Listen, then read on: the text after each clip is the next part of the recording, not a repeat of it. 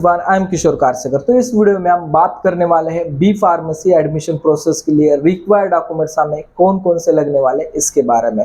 तो देखा जाए तो कुछ डॉक्यूमेंट्स आपके ऑलरेडी पास है, लेकिन कुछ ऐसे डॉक्यूमेंट्स हैं जो आपके डिस्ट्रिक्ट में जो तहसील कार्यालय रहता है या जो ई सेवा केंद्र रहता है वहां से आपको निकालने पड़ता है। तो इसके बारे में हम इन डिटेल इंफॉर्मेशन लेंगे और वो इंफॉर्मेशन लेते समय हम सभी स्टूडेंट्स के लिए कौन से रिक्वायर्ड डॉक्यूमेंट्स है, जो स्टूडेंट्स कैटेगरी से आते हैं उनके लिए कितने डॉक्यूमेंट्स रिक्वायर्ड है, और जो स्टूडेंट्स पैरेलल रिजर्वेशन से उनके लिए क्या लगेगा, और जो स्टूडेंट्स स्पेशल रिजर्वेशन लेने वाले हैं उनके लिए कौन से डॉक्यूमेंट्स लगने वाले, इसके बारे में हम इन डिटेल इंफॉर्मेशन इस वीडियो में लेने वाले।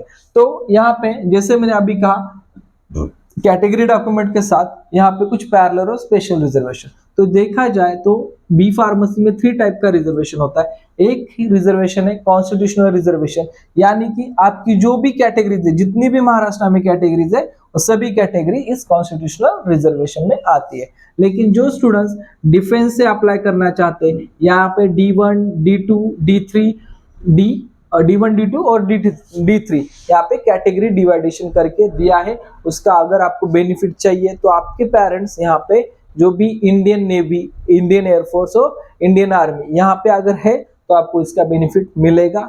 और जो स्टूडेंट्स यहाँ पे स्पेशल रिजर्वेशन थ्रू अप्लाई करना चाहते उनके लिए, अगर वो स्टूडेंट्स फिजिकली हैंडीकैप है या ऑर्फन है तो ही आपको स्पेशल रिजर्वेशन का बेनिफिट मिल सकता है। इनकेस आपके पास सर्टिफिकेट नहीं है या आप नहीं है हैंडीकैप तो इसकी आपको कुछ जरूरत नहीं है। ठीक है, तो बात करेंगे टोटल रिजर्वेशन के बारे में।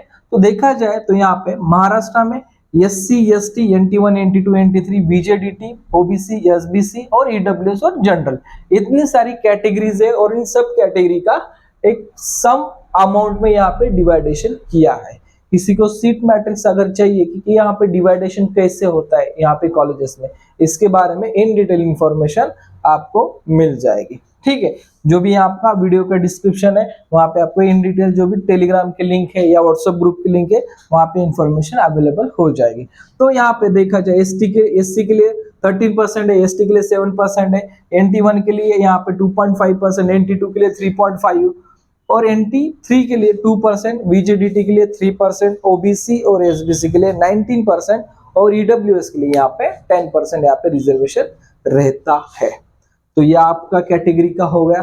तो यहाँ पे हम बात करेंगे फर्स्ट ऑफ ऑल सभी स्टूडेंट्स के लिए रिक्वायर्ड डॉक्यूमेंट्स क्या लगने वाले। तो फर्स्ट ऑफ ऑल तो आपको 10th का आपका जो भी मार्कशीट है वो लगने वाला है। बाद में आपको 12th का मार्कशीट यहाँ पे लगने वाला है।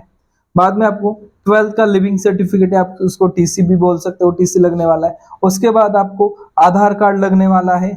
आधार कार्ड के बाद आपको पासपोर्ट साइज फोटो लगने वाली है। और सभी स्टूडेंट को नेशनलिटी एंड डोमिसाइल जो सर्टिफिकेट रहता है वो सर्टिफिकेट लगने वाला है।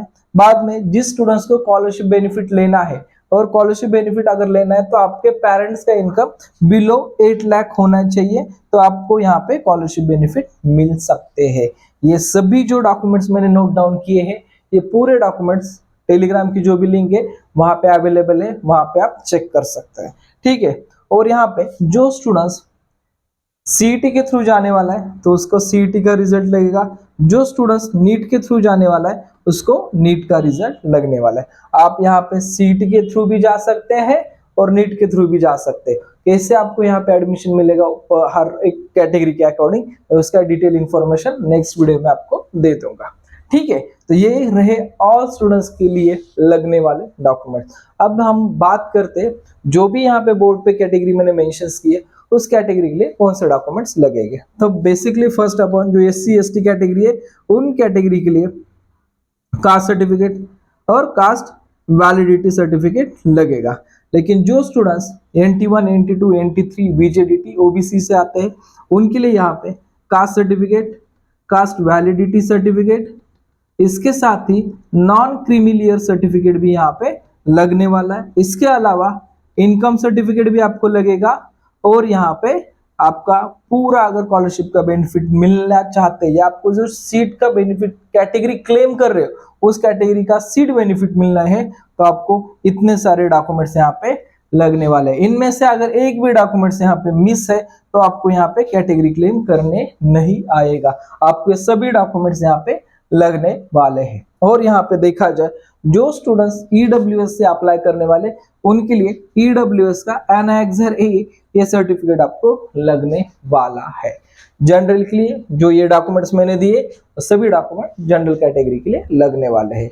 अगर आपका कोई डिफेंस का है, स्पेशल रिजर्वेशन का है, अगर आप रिक्वायर्ड है उस प्रोसेस के लिए एलिजिबल है तो ही आपको लगने वाला है। अगर आप यहाँ पे एलिजिबल नहीं है उस रिजर्वेशन के लिए तो आपको ये डॉक्यूमेंट्स नहीं लगने वाले हैं। ठीक है, जनरल के लिए जो बेसिक डॉक्यूमेंट्स मैंने यहाँ पे नोट डाउन किए हैं उतने ही डॉक्यूमेंट्स यहाँ पे लगेंगे, इसके अलावा आपको कुछ भी लगने नहीं वाला। जो भी कैटेगरी के हैं उन कैटेगरी स्टूडेंट्स के लिए ये जो डॉक्यूमेंट्स मैंने मेंशन किए ये डॉक्यूमेंट्स लगने वाले हैं। ठीक है, इसकी in detail information PDF file में मैंने दी है टेलीग्राम पे, वहां पे आप जाके चेक कर सकते हैं। ठीक है, थैंक यू।